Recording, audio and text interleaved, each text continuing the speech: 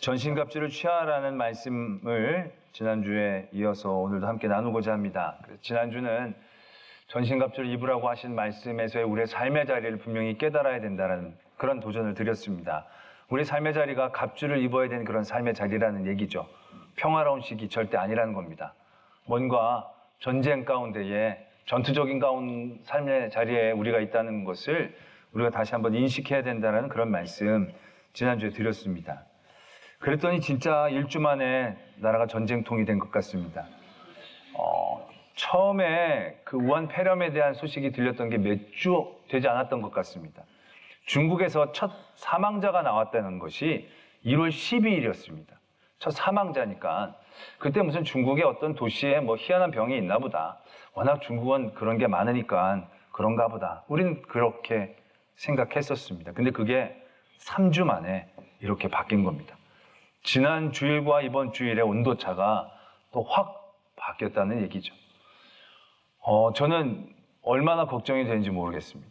또 이번에 확진자 중에 한 분이 지난 주일에 아침에 교회 가서 예배를 드리고 또 교회에서 점심 식사를 하시고 그리고 또 저녁 예배까지 참여하시고 참 좋은 교인이시죠. 근데 이제 그분이 이제 확진에 걸리셔서 그 교회가 오늘 이번 주일에 예배를 드리지 않고 방송으로 대체한다는 그런 기사를 접했습니다. 저도 고민이 되는 겁니다. 만약에 우리 교회 교인이 그런 확진자가 생겨서 우리 교회가 동선에 포함되어 있었더라면 나는 오늘 예배를 어떻게 했어야만 했는가? 이거 전쟁 때나 고민해야 될 그런 상황 아니겠습니까? 또 실제적으로 저희가 지난 몇 년 전에 메르스 때 저희 교회가 굉장한 타격을 입었습니다. 그 전까지 가파른 상승세를 보이고 있었던 우리 교회가 메르스 사태에 이어 상승세가 꺾였습니다. 저는 아직도 그게 한이 맺혀 있는 가운데에서 이번에 또 이 신종 코로나 바이러스 제가 턱 밑에 보이실지 모르겠지만 뭐가 났습니다. 좀처럼 안 나는 백옥 같은 피부인데 뭐가 날 정도로 고민이 되는 전쟁 같은 고민이 되는 그런 시간이었습니다. 야, 이거 어떻게 하면 좋은가? 근데 그런 생각을 하게 됩니다. 지금 나라가 저뿐만이 아니라 모두가 전쟁처럼 오늘도 보니까 전쟁 난 것처럼 지금 듬성듬성 뭐가 이렇게 쏟아낸 것처럼 빠져 보입니다. 다들 긴장하고 두려워서 이제 움직이시지를 못하는 거죠. 근데 재작년에 2018년도에 6만 1,723명이나 죽인 병이 있습니다. 지금 이 신종 코로나 바이러스는 우리나라의 병자가 12명입니다. 사망자는 없습니다. 그런데도 지금 이렇게 전쟁에 준한 대비를 하는데 재작년 6만 명 이상을 죽인 병이 있습니다. 그게 바로 뭐냐면 담배입니다. 담배로 인한 사망자가 6만 1,723명이라는 겁니다. 2018년도에. 이거 얼마나 무서운 한 해 죽은 사람이라는 얘기입니다.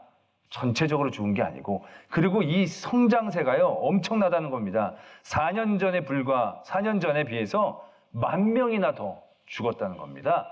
담배로 인해서. 지금 우리는 12명 지금 병자 생긴 이 병 때문에 이렇게 우리가 난리치고 깨어있는데 왜 6만 명이나 죽인 것에 대해서는 우리가 이렇게 무덤덤해졌는가라는 얘기죠. 그럼 우리가 더 심각하게 전쟁해야 될 것 아닙니까? 분명한 건 올해에도 그 담배 때문에 7만 명까지 한 게 죽어나갈 거라는 겁니다. 12명이 아니고 7만 명입니다. 몇 년 전에 메르스로 우리나라가 돌아가신 분이 39명이랍니다. 이건 메르스 정도가 아닙니다. 또 2018년도에 술 때문에 죽은 사람이 4,819명. 여러분 되게 얼마 안 되네? 안심하고 있죠? 이게 다가 아닙니다. 술에 의한 질병으로 죽은 사람이 4,000이고요. 음주운전으로 사상한 사람이 33,803명이라는 거예요. 폭력 살인사건에 연관된 음주의 비율이 60-70%에 가깝다라는 거예요. 그럼 술 때문에 죽어나간 사람은 4, 5만 명 된다라는 얘기죠. 근데 더 무서운 건 자기만 죽는 게 아니라는 겁니다. 남을 죽이는 거라는 것이죠. 지금 우리가 그 병을 앓고 있는 사람들 우리가 얼마나 경계합니까? 그 사람이 한번 지나갔다 그러면 다 폐쇄해버립니다. 혹시나 걸릴까 봐. 근데 여러분들 옆에서 술 마시고 있는 사람들은 가만히 쳐다보고 있습니다. 이 걸린 사람은 치사율이 얼마 높지 않습니다. 근데 술 마시는 사람들은요, 4만 명을 죽일 수 있는 사람이라는 것을 깨달아야 된다는 거예요. 여러분들이 마실 때도 내가 이걸 죽는다라고 마시는 사람이 거의 없을 거라는 얘기죠. 근데 그게 아니라는 겁니다.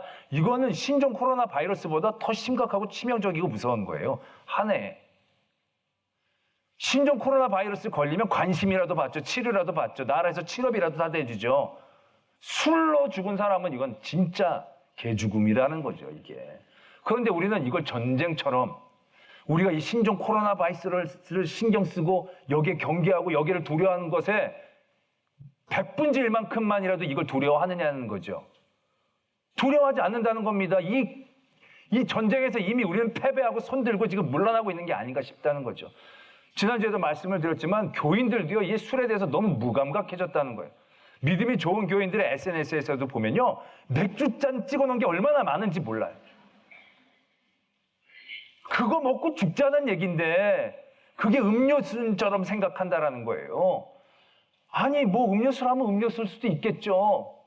그런데 음료수에 독악 탔다고 생각하시면서 전쟁처럼 우리가 받아들여야 된다. 술을 마시는 사람 보면 저기 막 우리가 거기에 대해 소스라치게 전쟁 시처럼 인식해야 되는데 우리는 그 전선을 포기했다는 거예요. 신종 코로나 바이러스 12명 걸린 거엔 지금 전전긍긍하면서 이러는데 확실하게 1년에 몇십만 명씩 죽여나가는 그런 세상적 문화에 대해서는 우리가 전혀 무감각해지고 있다는 사실들을 깨닫는다는 거죠. 또 한 가지 엄청나게 무서운 전쟁터가 있습니다. 그게 바로 뭐냐면 작년에도 이것 때문에 13,670명이 죽었습니다. 자살입니다. 자살. 근데 이게 숫자가 많아 보이지는 않지만 더 치명적인 게 10대에서 30대까지의 사망 원인의 1등이 자살이라는 겁니다. 40대에서 50대까지의 사망 원인의 2등이 자살이라는 겁니다. 그러니까 10대 이하의 애들과 60대 이상의 어르신들, 자연사에 가까운 분들 빼놓고 나머지 쌩쌩하게 움직이는 모든 사람들의 사망 원인의 1등이 자살이라는 겁니다. 몇십 명도 아니고 몇백 명도 아니고 몇천 명도 아니고 1만 4천 명이라는 겁니다. 그럼 하루에 도대체 얼마나 많은 젊은이들이 이 싸움 가운데에서 넘어지고 있는가? 근데 우리는 이 일에 대하여 얼마나 내가 깨어있고 이기기 위해 애쓰고 힘쓰고 있느냐는 거죠. 우리는 지금 그 신종 바이러스라는 그 병 때문에 마스크를 쓰고 있지만 우리는 마스크만 쓰는 게 아닙니다. 솔직히 집으로 갈 때 눈 아대 같은 거 해야 됩니다. 그래서 옆에 술집 안 보게, 담배 피는 사람 안 보게 집만 보도록 그것도 분명히 해야 됩니다. 왜? 그게 치사율이 다르거든요. 이게 훨씬 더 무서운 건데 우리는 엉뚱한 전선에서 힘을 막 쏟고 있다가 정말 심각한 전쟁터에서는 우리는 무기력하게 넘어지고 있는 것이 지금 우리의 삶의 자리라는 것을 우리는 인식해야 한다는 것이죠. 신종 코로나 바이러스만 전쟁터가 아닙니다. 진정한 전쟁터에서 우리는 지금 이미 얼마나 많이 패배하고 있는데 거기에 우리가 얼마나 더 깨어서 힘써야 하는데 우리가 그걸 지금 못 놓치고 있다는 사실들을 인식하게 되어진다는 얘기죠. 얼마나 우리가 힘쓰고 애써야 될 전쟁터, 영적 전쟁들이 많은데 우리는 너무 무기력, 무감각 가운데 지금 빠지고 있는 것이 아닌가. 그리고 엉뚱한데 너무 두려워하고 걱정하고 근심하고 있는 것은 아닌가라는 생각을 해보게 되었다는 것이죠. 오늘 하나님께서 우리에게 다시금 그 전쟁터를 얘기해 주십니다. 그리고 그 전쟁의 방법을 얘기하고 계십니다. 그게 바로 뭐냐면 우리의 씨름은 혈과 육에 대한 것이 아니라는 겁니다. 통치자들과 권세들과 이 어둠의 세상 주관자들과 하늘에 있는 악한 영들을 상대한다는 거예요. 이게 통치자들과 주관자들이 지금 우리의 통치자들을 얘기하는 게 아닙니다. 악한 영들이 갖고 있는 세부적인 능력과 권세들을 그냥 열거한 겁니다. 그러니까 이건 그냥 악한 영들이라고 얘기하고 이해하면 됩니다. 우리의 싸움은요, 혈과 육에 대한 싸움이 아니라 악한 영들과의 싸움입니다. 이것에 대한 아주 좋은 예가 욥이죠. 욥이 하나님 잘 믿었습니다. 근데 사탄이 하나님을 만나러 왔죠. 세상을 돌아다니다가 하나님 만나러 갔습니다. 사탄이 세상을 왜 돌아다닙니까? 우는 사자처럼 넘어뜨릴 사람을 찾는 거죠. 그때 하나님이 사단에게 얘기하시죠. 욥 봤냐고, 진짜 믿음 좋지 않냐고. 그때 사단이 가만히 안 있고 그 자리를 다시 노리죠. 하나님이 그렇게 잘해주니까 안 믿을 수 있겠습니까? 잘해줬으니까 믿는 겁니다. 혈과 육으로 편안하니까 잘 믿는 겁니다. 그래, 그럼 네가 마음대로 해봐라. 그래서 그 사탄이 욥의 재산 모든 것들을 빼앗아갑니다. 스바 사람들이 공격해서 욥의 소들을 뺏어갑니다. 갈대아 사람들이 공격해서 낙타들을 다 빼앗아갑니다. 6의 1입니다. 재산을 빼앗긴 겁니다. 뺏어간 사람들도 분명합니다. 근데 그러한 전쟁터에서 욥이 이렇게 고백하죠. 갈대아 사람들, 스바 사람들 내가 반드시 원수를 갚을 것이다. 그 사람에게서 뺏어와야 합니다. 그렇게 얘기하지 않습니다. 전선을 분명하게 합니다. 주신 분도 하나님이시고 취하신 분도 하나님이십니다. 여기에서 사탄은 일패를 하고 있는 겁니다. 혈과 육으로 사탄이 이긴 게 아니죠. 재산을 뺏은 것이 사탄의 1승이 아닙니다. 자녀를 다 죽인 게 사탄이 2승을 한 게 아닙니다. 욥이 병에 걸린 게 사탄이 이긴 게 아닙니다. 그건 사탄의 승패와는 전혀 관계가 없어요. 정작 이기기 위한 수단과 방법일 뿐이에요. 혈과 육에 대한 것들은 다 뺏어갔지만 사탄이 승리한 건 아니에요. 욥이 패배한 것도 아니에요. 근데 욥은 분명한 싸움에 초점을 지켰다는 거죠. 하나님 앞에서의 그의 자리들을. 거기에서 사탄은 1패한 거고 욥은 1승을 하였다는 것을 우리는 분명히 기억할 수 있다는 것이죠. 이게 바로 우리 성도들의 삶의 자리라는 것입니다. 욥이 편안하고 평탄하게 있었지만 그게 평탄한 게 아니었어요. 사탄이 늘 노리고 있었다는 거죠. 그것도 영적 전쟁터였다는 거예요. 거기에서도 늘 이 욥은 깨어 있었다는 거죠. 그래서 혈과 육의 것들이 다 빼앗겼지만 거기서 그는 흔들리지 않고 전선을 잘 지킨 거예요. 그리고 하나님 앞에서 하나님의 믿음을 지키고 고백할 수 있었다라는 얘기입니다. 바로 이게 이 말씀의 핵심인 것입니다. 그래서 우리의 영적 싸움의 가장 중요한 포인트, 첫걸음은요, 시각의 싸움입니다. 시선의 싸움입니다. 사탄은 우리의 시선을 빼앗습니다. 혈과 육으로 돌리려고 애를 씁니다. 그 시선 가운데서 빼앗기지 않고 하나님께 집중하려는 싸움, 이게 전신갑주를 입고 싸우는 영적 싸움의 핵심입니다. 시작입니다.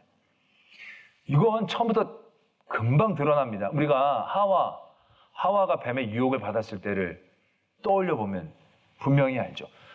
뱀이 하려는 게 뭡니까? 뱀이 하와에게 선악과를 보게 합니다. 선악과를 봐서 야, 맛있게 생겼지? 이거 먹으면 하나님처럼 되는 거야. 그래서 선악과에게 막 집중하게 한다는 거죠. 하와가 그 시선을 빼앗깁니다. 거기서 이미 게임은 끝나버린 겁니다. 그때 하와는 그 시선을 빼앗기지 않고 그 시선을 뱀에게 두어야 합니다. 그리고 하나님에게 두어야 합니다. 그리고 다시 한번 물어볼 수 있어야 합니다. 그래, 선악과가 맛있게 보이긴 하지만, 지혜롭게 할 만큼 탐스럽게 보이긴 하지만, 내가 이거 먹고 지혜로워져서 뭐 하려고? 내가 이거 먹고 배불러서 더 무슨 부귀영화가 있다고? 내가 이거 먹고 하나님처럼 되면 내게 더 좋은 게 뭔데? 뱀, 너는 나한테 왜 이렇게 좋은 거라고 얘기를 해주는 건데? 너에게 좋은 점이 뭔데? 내가 하나님 다 주시는데 이거 더 먹고 덜 먹고 그게 큰 차이가 있는가 없는가? 그의 시선이 늘 하나님 앞에 집중하고 있었어야 하는데 사단은 그걸 이렇게 빼앗죠. 그리고 너무 먹고 싶게 만들죠. 너무 탐스럽게 만듭니다. 거기에 집중할 때 이미 하와는 이길 수가 없는 게임을 시작하고 만 것입니다. 가인은 어떻습니까? 가인도 하나님이 직접 경고하십니다. 야, 아벨 보지 마. 아벨 보지 말고 죄를 봐. 죄가 문 앞에서 너를 도사리고 있다. 너는 죄를 다스려. 죄를 이겨야 돼. 너의 문제는 지금 죄지 아벨이 아니야. 하나님이 가인에게 직접 가르쳐 주셨습니다. 그런데 가인은 어떻습니까? 아벨을 향한 시선을 떼지를 못합니다. 사단은 늘 그렇게 속삭였을 것입니다. 내가 문제가 아니라 아벨이야. 아벨 때문에 네가 불행한 거야. 아벨 때문에 네가 뒤로 밀린 거야. 아벨만 없었으면 네 걸 받으셨을 거야. 아벨만 없으면 너는 행복해질 수 있어. 아벨만 없으면 너는 위대해질 수 있어. 아벨만 없으면 너는 행복하게 늘 잘 살 수 있을 거야. 아벨만 보니까 아벨만 죽이면 해결될 것 같은 착각 가운데에 빠지게 된 거죠. 결국 가인은 이길 수가 없었습니다. 보십시오. 사탄이 뭘 하는지. 사탄의 영적 싸움 가운데서 노리는 건 혈과 육이 아닙니다. 제사를 받지 않고 안 받는 게 중요한 게 아닙니다. 재산이 있고 없고의 문제가 아닙니다. 건강하고 건강하지 않고의 문제가 아닙니다. 그건 사탄이 이기고 지는 게 아닙니다. 내가 재산을 뺏겠다고 지는 것도 아니고 내가 병에 걸렸다고 진 것도 아닙니다. 내가 세상에서 실패했다고 진 것도 아닙니다. 사탄은 그거 가지고 이겼다라고 인정받는 게 아니거든요. 영적 싸움이라는 얘기죠. 혈과 육에 대한 게 아니라는 겁니다. 혈과 육에 대한 것이 아니라는 것은 혈과 육에 대해서 우리가 너무 집중하고 있었다는 것에 대하여 우리가 깨닫기를 원하시고 계신다는 거죠. 악한 영과 싸운다는 것은요, 악한 영과 우리가 막 1대1로 사탄하고 싸우는 게 아닙니다. 내 안에 혈과 육의 것들을 버리는 싸움을 의미하는 것이겠죠.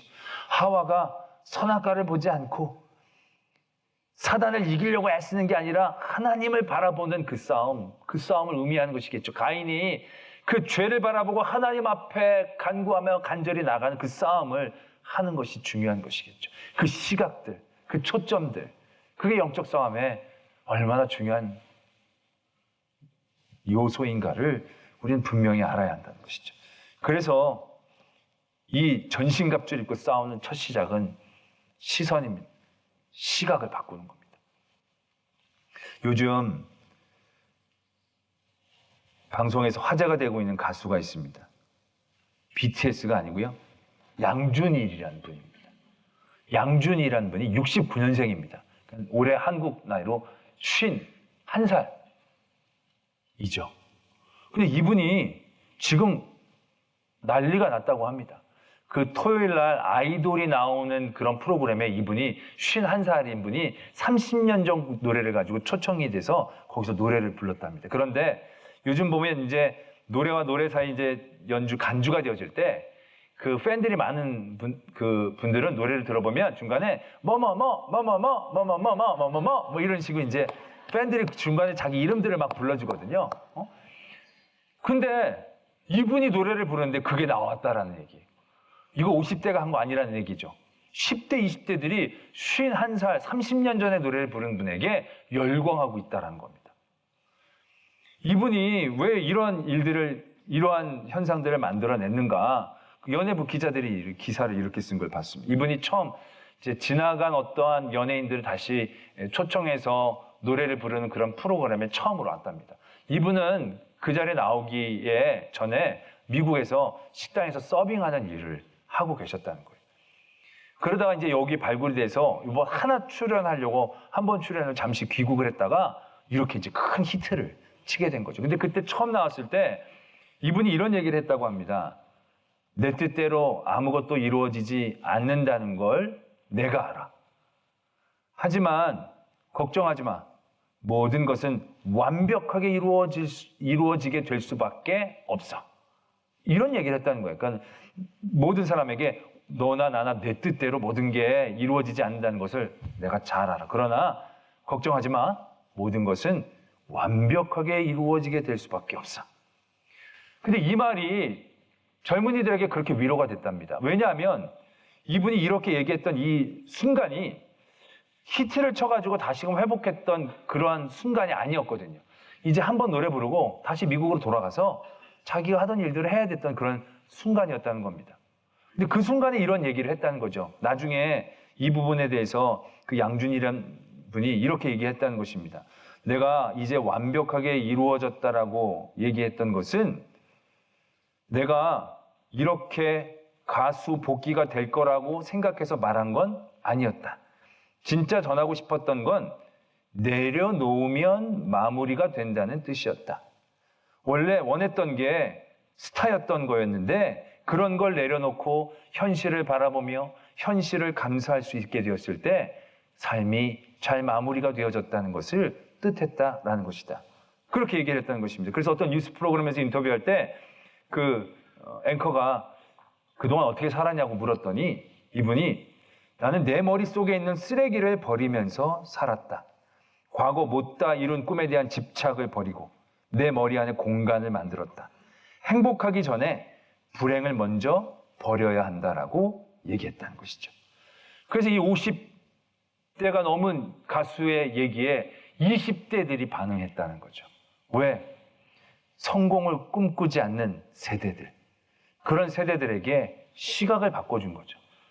다 사람들이 쫓아가고 바라고 있는 것들만이 성공이고 승인 것처럼 생각하고 좌절했던 그들에게 시각을 바꿔서 나를 바라보고 세상의 욕심들을 내려놓고 하나님의 진정한 가치들을 품게 하는.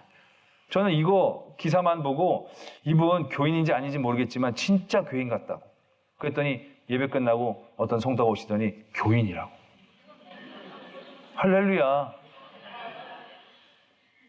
한 사람이 그 시각을 바꾸는데 그의 삶의 가치와 질이 달라진다는 거죠. 시각에 대한 싸움은요, 그냥 뭘 바라보느냐 그 이상의 의미가 있다는 것입니다. 자기의 삶의 가치를 뛰어넘어 생존에 대한 얘기들을 하고 있다는 것을 우리는 인식해야 한다는 것입니다. 우리가 오늘 영적 싸움에 대한 우리의 인식들이 어디를 바라보고 있는가, 어디와 싸우고 있는가, 우리의 전선을 확실하게 내가 정해놓고 거기에 에너지를 쏟는다라는 것은 전쟁을 의미한다는 것이죠. 내가 행복하냐 행복하지 않느냐의 의미 그 이상이라는 겁니다. 살고 죽느냐의 문제를 가지고 우리는 거기에 집중할 수 있어야 한다라는 것입니다. 우리의 영적 전쟁터를 바르게 인식해야 합니다. 그리고 전선을 잘 형성해야 합니다. 우리가 싸울 것은 여기가 아닙니다. 우리가 싸울 것은 그 너머에 있는 것입니다.